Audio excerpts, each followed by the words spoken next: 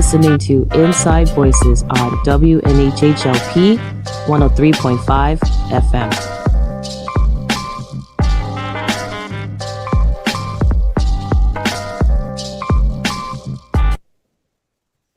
Good morning, everyone. Good morning, Tara. Good morning, Daniela. How are you? I'm good. How are you? Good.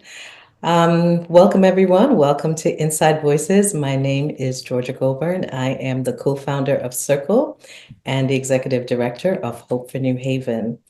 Today, I have with us some dear colleagues from Connecticut for Childcare.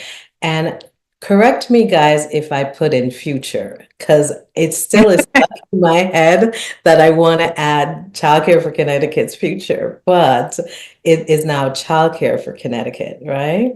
Yes, yeah, Right. we did future, but we sometimes we still say CCFCT. So I know some people still say the future. We're still them. We're still doing We're that. in the present now, right? We're no longer talking about the future. We're in the present. We're doing the work. We're doing the work. So we're here because I want to give you guys an opportunity to talk and to share with our audience what Childcare for Connecticut is, and most importantly, to talk about our major annual event that's coming up, which is Morning Without Childcare. And so I am going to just say to folks that we had Eva Bermudez Zimmerman that was scheduled to come. And Eva has been on this program before, so we've shared her bio with us. But unfortunately, she had a rescheduling of a meeting with Speaker Ritter. So I guess Speaker Ritter trumps Inside Voice. Sorry. No. Now you guys have us. Sorry. I know. So I understand where I fit in the hierarchy. You're still up high. Oh. Can you guys hear me? Yes, Yeah. I Can you hear me okay? Okay, that's good. I wasn't sure if you Yeah, thank you for saying that, Tara, but I know. I got my wake-up call this morning where I fit in the hierarchy. But you We got a guys wake-up were call so, too. yeah, you guys were so gracious to step in for Eva. And again, you are well versed in this work. And you guys, as you say, you're at the front line of doing this work. So I am usually what I do at this time is to do to ground us in the history, but there's so much that we have to cover this morning. So I'm just gonna jump into it. So Daniela and Tara, I'm gonna give you an opportunity just to kind of share with the audience who you are and the work that you're currently doing. And you can go in any order that you wish. Go ahead, Daniela. I was like, Tara, take it away. I'm Larson, but everybody calls me Danny. That is kind of how everybody knows me. Also, I'm sorry, I speak with my hands. That is who I am and what I do. Right. I work for Childcare for CT. I work in policy, events, organizing a little bit. I try and help Tara out whenever possible. We are a coalition of advocates, providers, policymakers, and we are looking to transform the early childhood care system in Connecticut. And so we both help to do that, and I'm very lucky to wake up and do that every day. So I will pass it on over to Tara. And my name is Tara Volpe. I am the Director of Organizing and Strategic Partnerships. I'm also having a childcare issue this morning because it is spring break. So I apologize if you hear background noise. I just have to shoo someone out of this room. But yes, so that is the work that I have the privilege of doing with this team, and for this, I refer to it as a cause.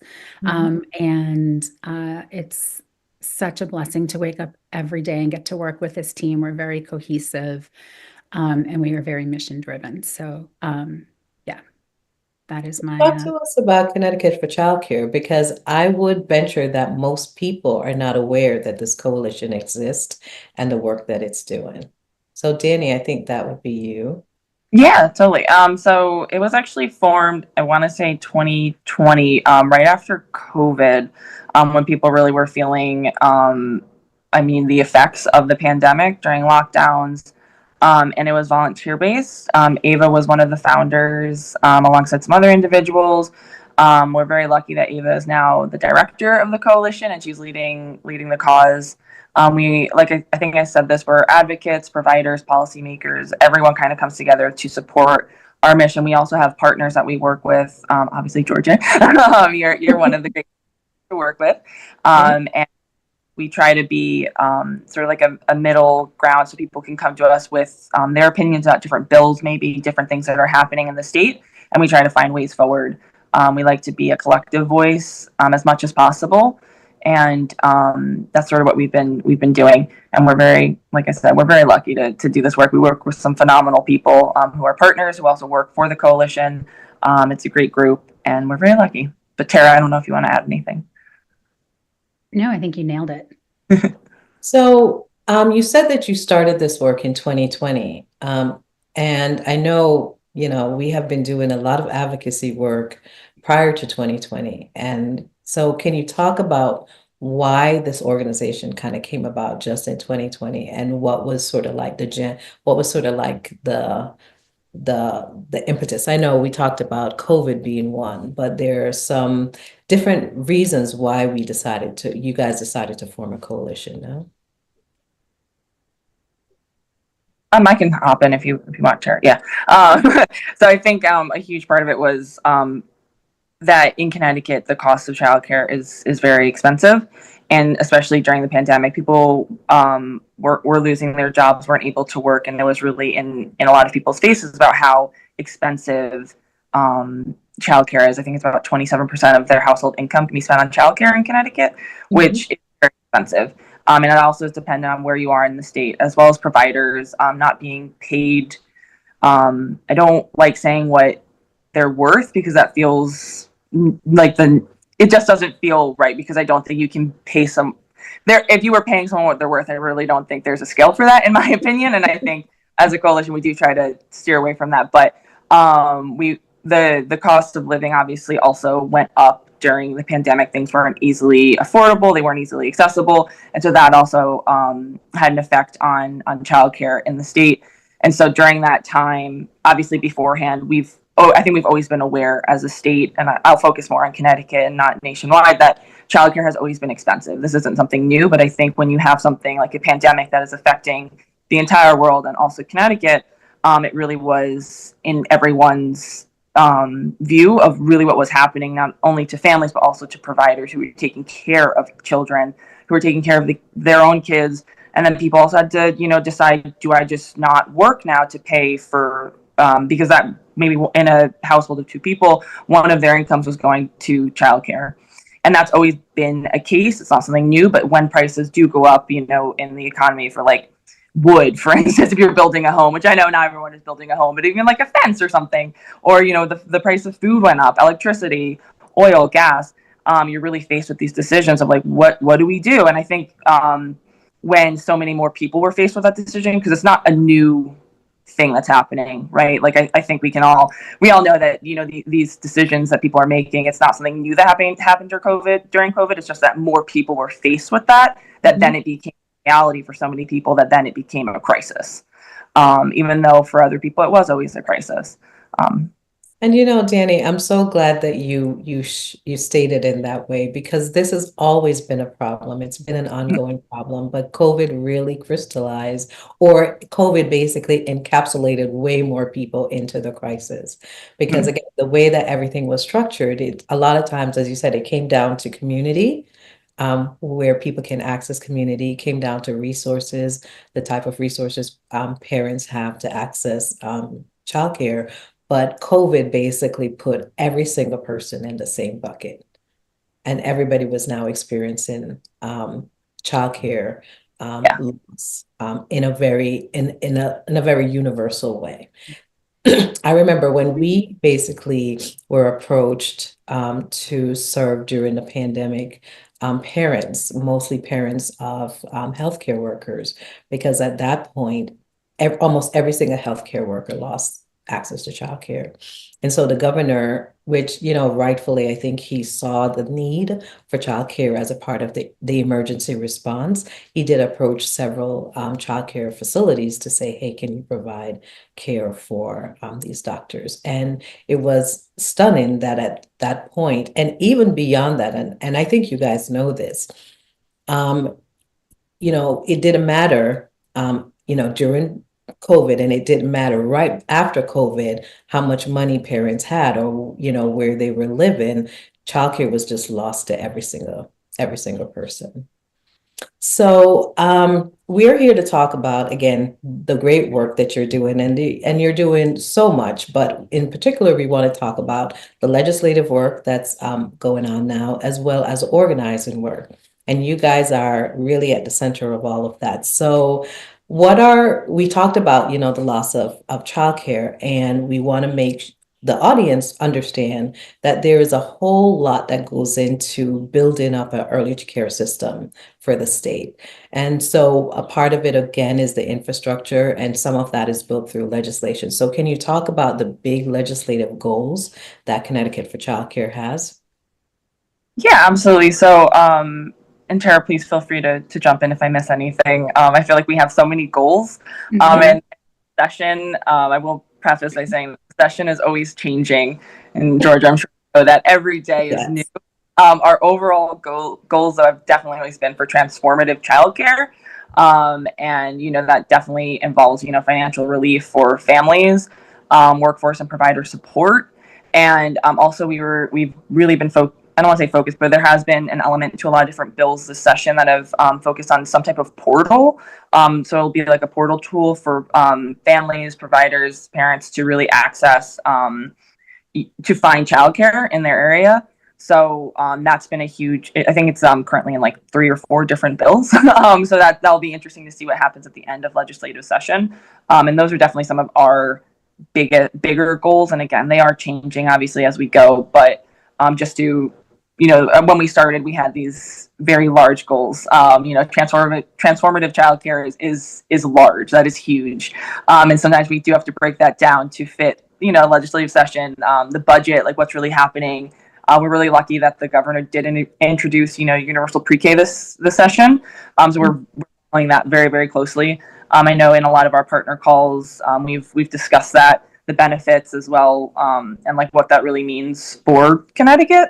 And how the endowment will be, you know, great. And we're going to keep following it obviously as well, during this whole, you know, budget, just to make sure that we do reach that goal, because that'll be huge for all of us as advocates to get that passed. So that's definitely been one of our goals. When we say transformative childcare, I think for a lot of times when people hear the word childcare, they're just simply, they may have a picture in their minds that come to their mind. And they may see, like, you know, a woman with a bunch of children maybe at home. They may see a daycare center where children go. But when we talk about childcare, or we talk about the early care system, it is a much more comprehensive thing that we're talking about, right? Yeah, it's definitely very comprehensive. And it's also when I think transformative, I think, how are we going to look at the families, the parents, even the siblings of maybe older siblings of the kids that are going to be in early care, or you know, the providers, especially providers, and also the community members as well, and legislators, how it's going to affect the entire state, is really, and as a coalition, I wish we could, and I'm sure all our partners would agree, we wish we had the answer for all of that. We don't, but sorry, my dog's barking. Tara, if you want to. Yeah, I was just going to add and kind of piggyback off of what you were saying. You know, part of the transformation that we are seeking is, you know, with the portal, obviously an easier way for families to identify financial support and spots in their area. We believe that no family should be paying more than 7% of their income for childcare. We absolutely believe that providers need to be making an appropriate amount of money. And the other thing that I would like to add is that this issue of childcare and lack of affordable childcare has also contributed to a workforce shortage here in the state. And so a couple of things about that. We have some unexpected partners working with us from the business community. And I think knowing that truly highlights that childcare is absolutely the foundation of a healthy, thriving economy in the state. So a lot of the bills that Daniela very smartly talked about, there is consideration for fixing the workforce, and there's acknowledgement that there is a direct connect. You know, it's always interesting if you look at the history of childcare, and it's sad on one hand, but I am appreciative of the business community's effort in this work. And I don't think, and I'm definitely going to invite folks from CBIA on the show to basically talk about their advocacy effort in this work and why it's important to them. But, you know, and when Commissioner Bai was here, we talked about the fact that transformation often occurs throughout history when, you know, this really does impact the bottom line of businesses. So we see transformative work around childcare and childcare policy and legislation when the business community comes in and say, you know, we're going to need help to have the system continue to run.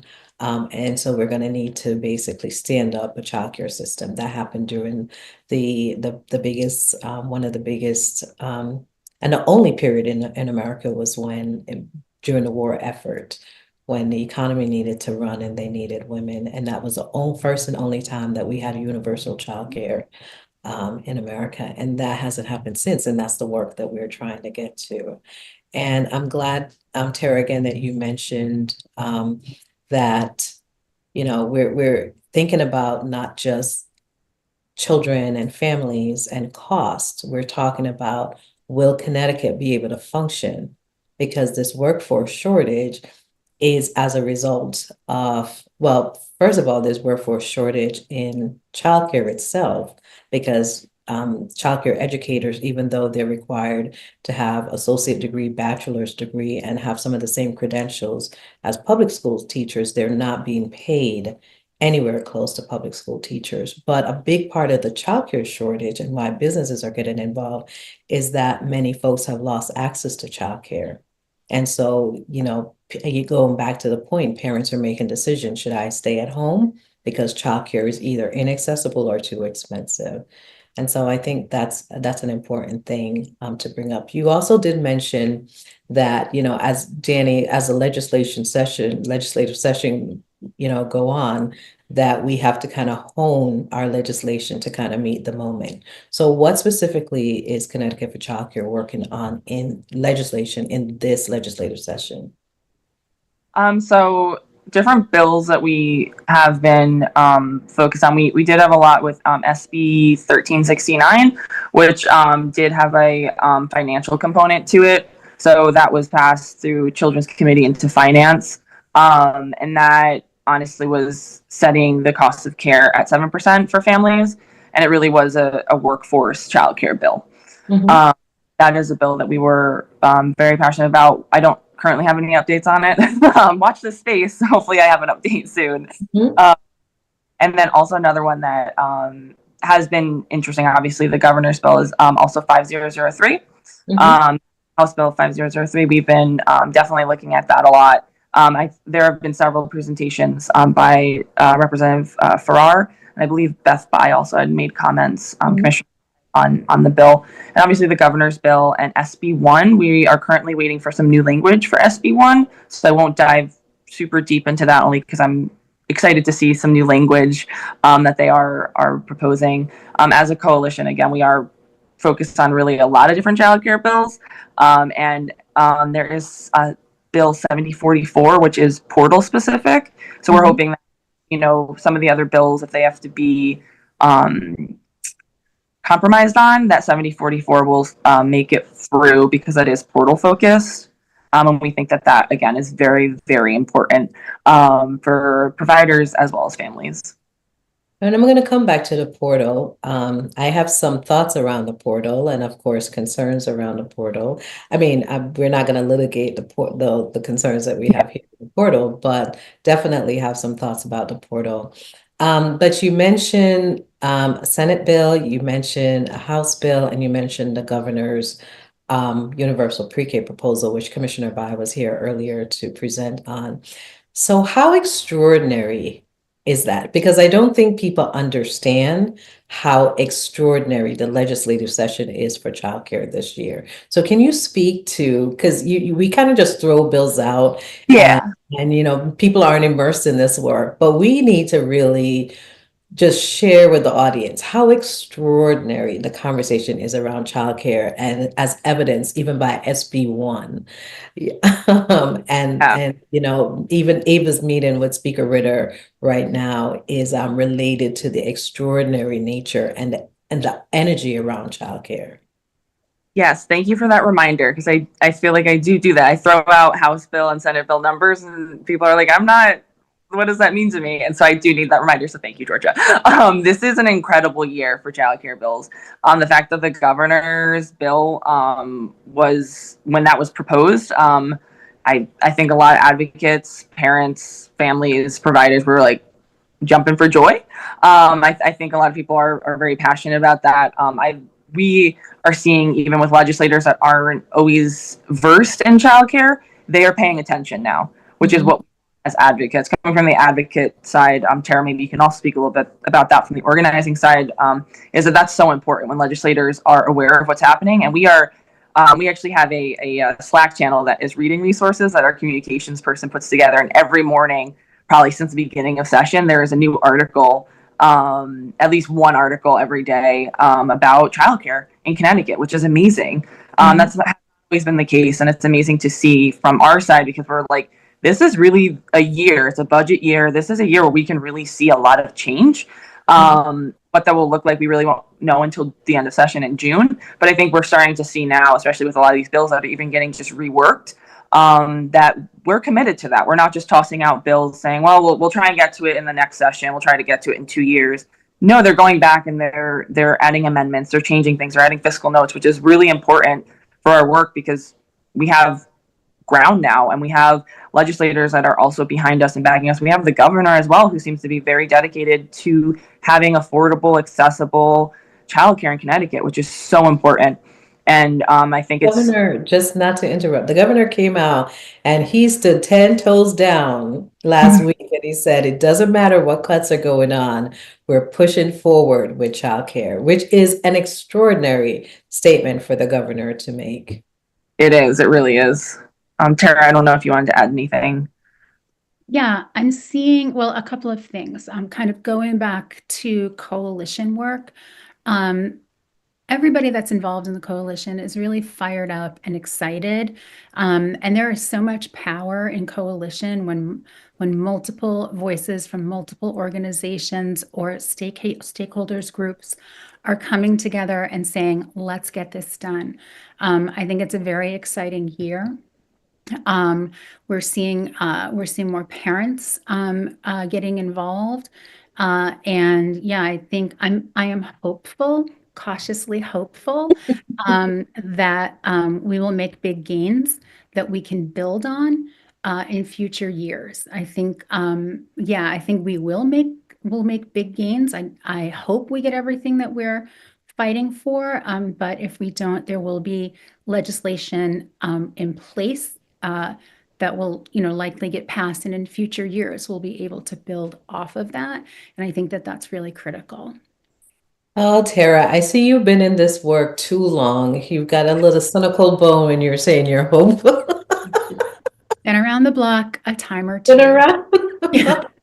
And I am not so cynical, because again, the Speaker Looney, the governor, and I'm not Speaker Looney, Senator Looney, Speaker Ritter, and Governor Lamont has both indicated that in their caucus, in the House, in the Senate, at the governor's level, that they have a childcare specific, a bill that is focused specifically on childcare, and they are signaling the importance of childcare in this legislative session. So to have three, three of our state leaders basically coming out and saying, we want to see some movement and some action in childcare, and have come out with three separate bills to basically move that work forward, I think it's extraordinary.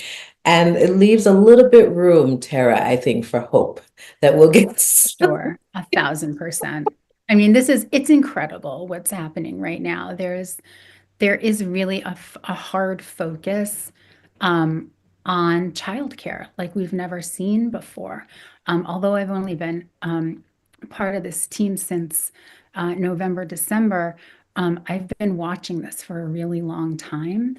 And it feels a little unprecedented, so I am hopeful, and I will continue to be hopeful and do that work with lots of energy behind me.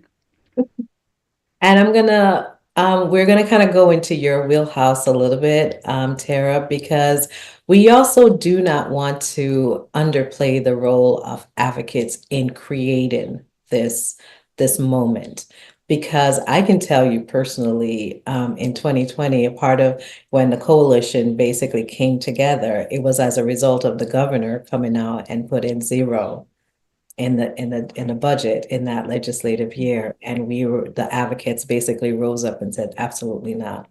Not after such unprecedented cooperation to make sure that the state could continue to run during COVID. And since that point, there's been lots of action by the folks on the ground, and that work is now concentrated within this coalition to basically move this work forward. But before we jump into that, Tara, and that's going to be Morning Without Childcare, Danny, can you explain a little bit more about the portal? Yeah, absolutely. So there's House Bill 7044. Sorry, there's so many numbers in my head, so I'm like, ooh. Tell me that you can remember them and separate them. I know there have been a couple times where I'm like, oh, I need to. I will say 7044. I'm sure that is it. But sometimes some of the bill numbers, I'm like, ooh, yeah, okay. I have a little note on my phone now that just has all the bills that we're watching. Very important to keep track of that. So the portal is meant to offer the biggest feature, I think, is going to be the real-time slot availability, which will help families as well as providers. There is an aspect of it that will have mobile access. You can access it from your phone, a computer, whatever you may have available to you. And it also will have subsidy application opportunities, from my understanding. And also, I think it will. A proponent of 1369 was that if you did not qualify for a subsidy program, that's when that workforce childcare bill would have kicked in, and that's when your childcare costs would have capped at 7%. With 74, it is slightly different. So we'll mostly look at the subsidy programs that you are eligible for, and if you are not, then that's when the governor's pre-K plan would sort of kick in. So I think there's going to be. Oh, sorry, Georgia. No. So I'm just imagining, as a parent, I will, if this legislation is successful, there will be a portal that I can access either on my computer or my phone, where if I have childcare need, I can go into that portal and find in real time where there are available childcare spaces. Right? Yes, that is the hope, based also on your town, your zip code. And I know some people, for instance, if they might travel for work, so they might want their childcare facility closer to where they work. And some people, might live in Litchfield County but work in Hartford. So that also is something I think we're trying to figure out on the portal side of how that would look like in real time. Obviously, there are childcare deserts, which I know we all know. So hopefully that will help somehow I'm not going to say fix it, because the childcare deserts, that's a much larger conversation. That obviously a portal is not just going to fix all of that, but our hope is that it will provide ease for parents and providers, so they are able to find and access childcare for their families. That's our hope, and we have high hopes for that. I know that sometimes with a portal, it's a new system. There's questions about who's going to be running that. How is that going to look and work? And those are conversations that are happening. I think that when it does work, there might be some changes, because with every system that kind of lifts off, there's always going to be changes occasionally. But I think that at the end, it could really help to speed along the process, I think.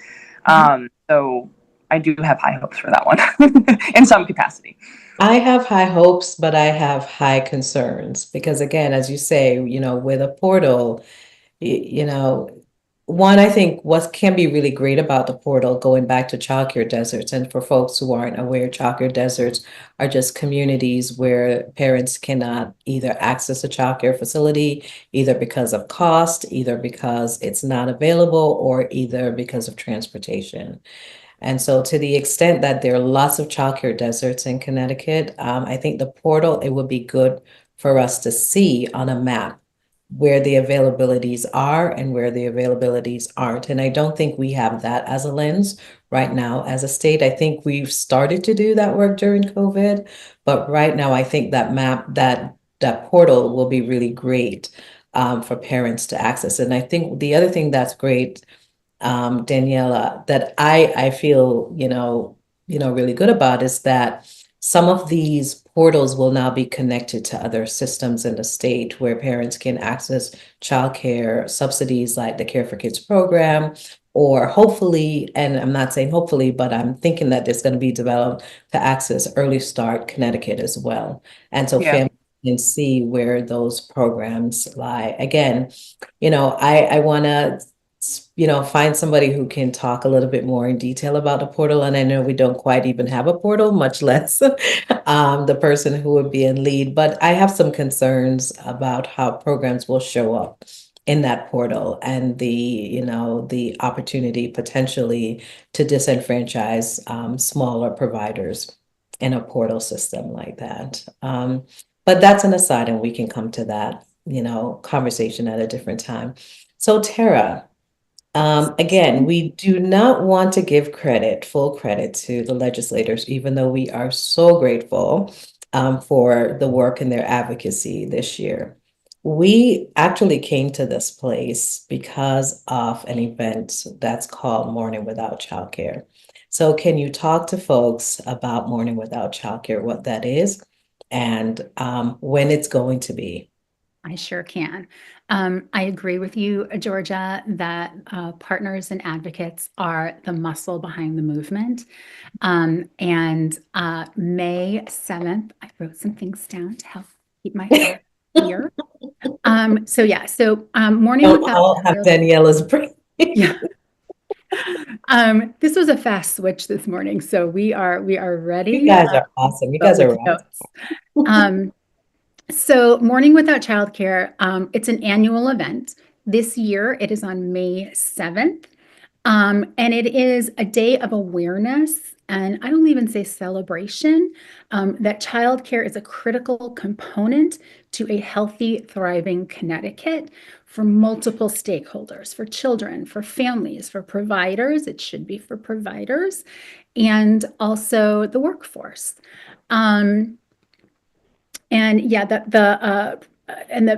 Like I said, everybody should benefit.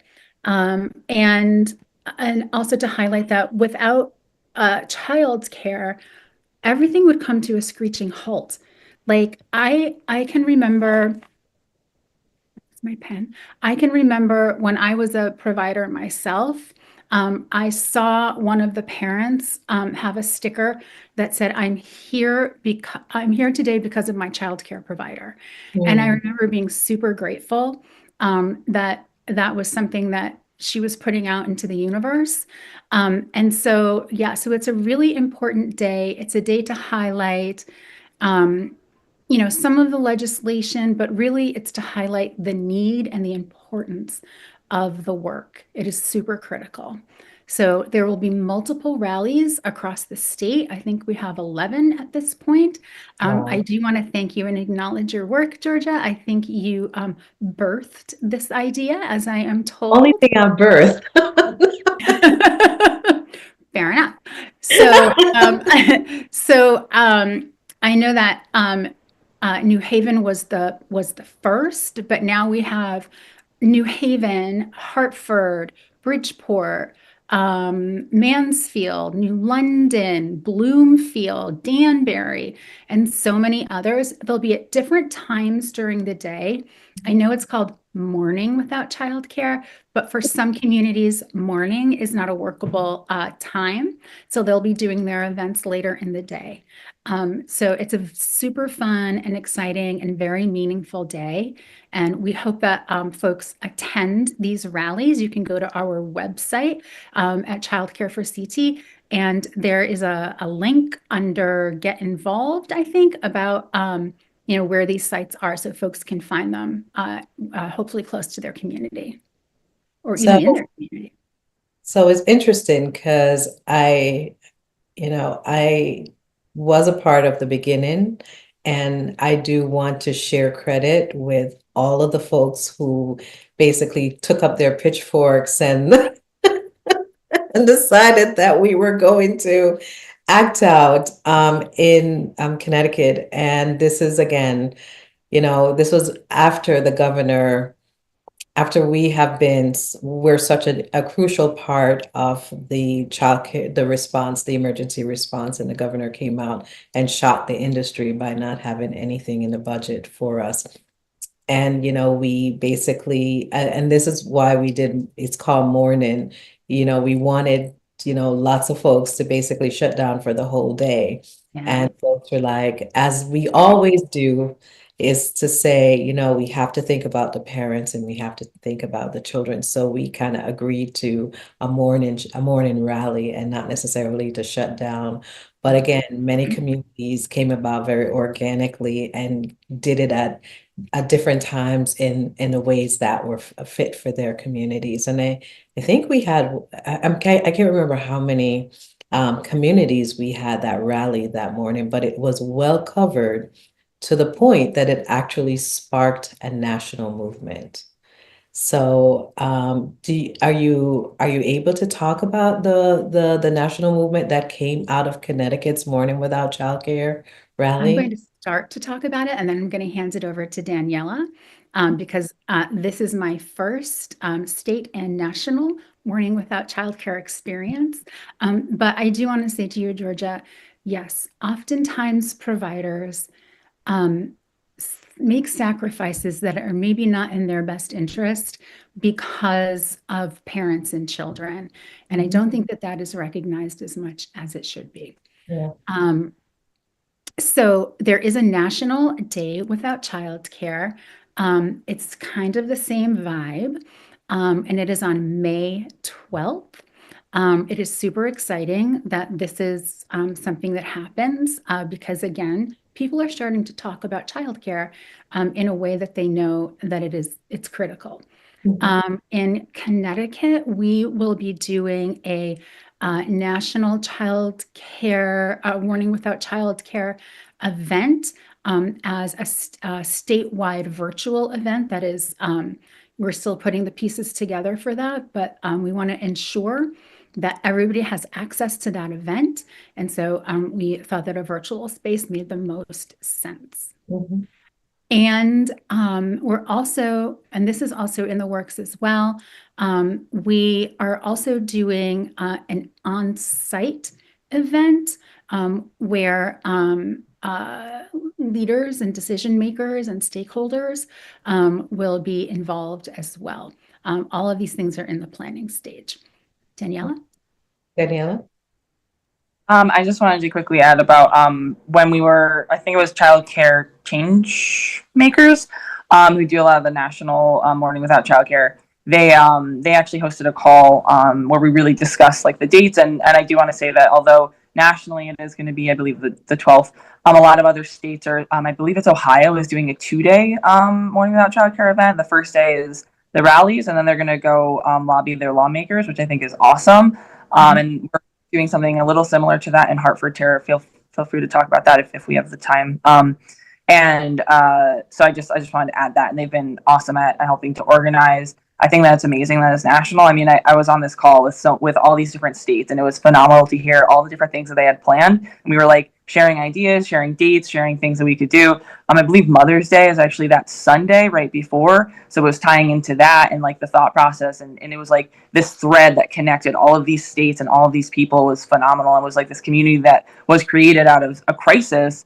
We've really been there to support one another, and even with these events, we come together and we're there for a reason, right? We know that, but it's also nice to see like we're not alone in this, and there is a fight that we all share, and we are all connected by that.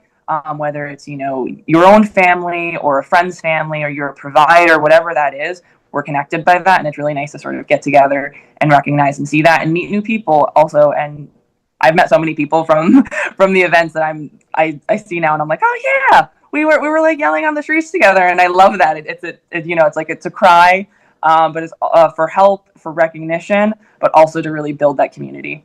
So Tara, sorry not to go No, off that there. was great. I Thank think you. it's so important for people to understand that this is not just, it's not a local issue and it's not a statewide issue, it's a national issue. And we saw that the Trump administration proposal for zeroing out Head Start in the budget and what that could potentially mean for parents. So that's something that we want to kind of lift up to folks to get them to understand that we have programs after 2020 pandemic. We have an administration that's still basically saying, and I think personally, I think this is a negotiating strategy for the Trump administration, but the idea to say we're going to zero out Head Start budget, that's an extraordinary thing to do at this time with everything that we know. And so, Tara, I know we kind of talk about the different folks that are going to be involved, but can you talk about who are some of the specific people that you are looking, because I don't want people to walk away to say that how to not feel like they can be involved in this. So who are the folks that you are inviting to be a part of this rally? So, excuse me. So I'll speak about the Hartford rally because I think that's a highlight of the day. I know that Corey Paris and Cece Marr, who both chair the Children's Committee, have both made a commitment to speak. And again, I think that's significant because it shows that they're not only fighting behind the scenes for what they want to have happen, but they're willing to put their faces forward publicly and say, we're with you. We also want to make sure that we have a parent. There will be, I believe, a mother named Lauren. She has 3 children. And she is paying, it's an insane amount of money for childcare. And we are also, of course, hoping to have a provider. We have one on deck. Her name is Karen, and we want to make sure that that somebody is there representing what is happening to providers who have been in this industry for, I will say, centuries, and have not received the value that they deserve. I always think, when you think about like what's important to you, and then I think, show me your budget, and I can tell you what's important to you, right? And so for a long time, we weren't really seeing that. And again, like this year, we're seeing it, and there's a lot of energy behind it. And we know that other locations and ours will have business leaders also talking about why childcare is so very important to them as well. Because these are folks who, because of lack of childcare, sometimes their employees are not able to come in, or they have to leave early, or they come in late. And it's a symptom of a broken system. Yeah. So So yeah, so that's my answer to your question. So Tara, I just ran the numbers really very quickly, and thinking about that parent who's paying an outrageous sum, and I just, without any type of subsidy from my program, Hope Child Development Center, if that parent had, say, 3 children under 3, and which we oftentimes see, Yes, all of right? her children are under 5. Under 5. Yeah. Okay, but let's imagine that they're all under 3. A parent with 3 children, all under 3, and probably that would be a lot, but it would be $1,140 a week Yeah, to attend our facility. yeah, If we had a 3-year-old added to that mix, which is oftentimes the case, we do have a family like that in our center who has 2 children. Well, she had previously 2 children under 3, and then she had a school-age child. But we've had parents with 2 children under 3 and a preschooler. And for that family, it would be $1,072 a week. So that's what we're talking about, ladies and gentlemen. If you are paying $1,072 a week, it just childcare doesn't, it's no longer reasonable for you to go out to work, it's right? brutal. If you're It's brutal. paying $700 a week, which we do have a lot of our parents without any subsidy, they would be paying $700 a week if they had a preschool, an infant or a toddler and a preschooler. And we've had lots of those families. And we recently were funded for the Early Start grant. And we have a particular family. They were accessing childcare in 2 different locations because they could not afford to have both children at our location. And we worked with the family to access the childcare funds so that it would bring their tuition. So their tuition they went from having a weekly tuition of almost $700 a week.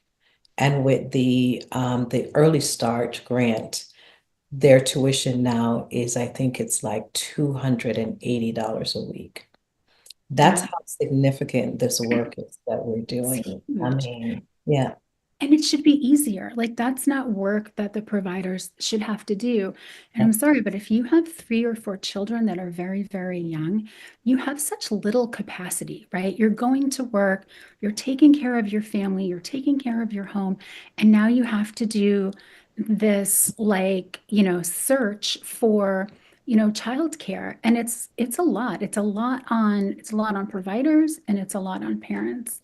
And I will also say that I have had conversations with providers, owners, who have had basically a hard time making sure that they can pay their staff because a lot of the money that they should be getting, from the state that supports these folks doesn't come in. And so they have to use sometimes their own money yeah, to pay their staff. It is such a messed up system. And again, a lot of it falls on the providers and the owners to kind of like support, and it's a serious problem. yeah. And Danny, you were part of an article a couple weeks ago. Were you a part of that article, Danny?